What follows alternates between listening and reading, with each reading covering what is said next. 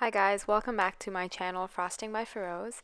So today we're making a holiday themed cake. There's going to be a snowman, which we are making here out of fondant. So literally just one body part at a time. And then I proceeded to use a cutter plunger snowflake situation to cut all of these snowflakes in fondant that I had rolled out really thin.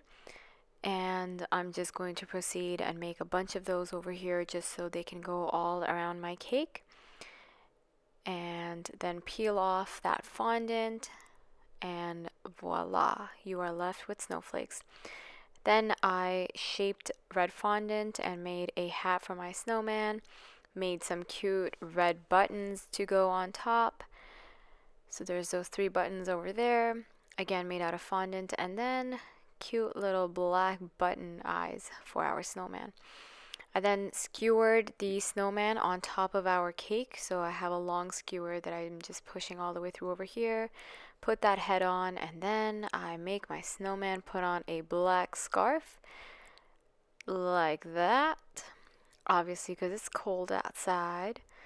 And there's that black scarf on. Then I proceeded to attach my snowflakes, the little snowballs that I had made in front of my snowman, and attach the remainder of the fondant snowflakes that we had created.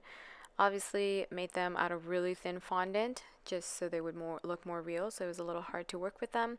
But then I did make a few thicker ones that I could put a toothpick through and then just shove them into my cake. So I made those out of varying sizes that you can see over here, and I'm figuring out placement over here in terms of height and everything. And then I attached the last of the snowflakes that we had made out of fondant earlier. Again, slight struggle to put this one on, but we got it. There you go. So that snowflake is up, and that is the complete look of this cake. Don't forget to like this video, comment, and subscribe to our channel. See you next time. Bye!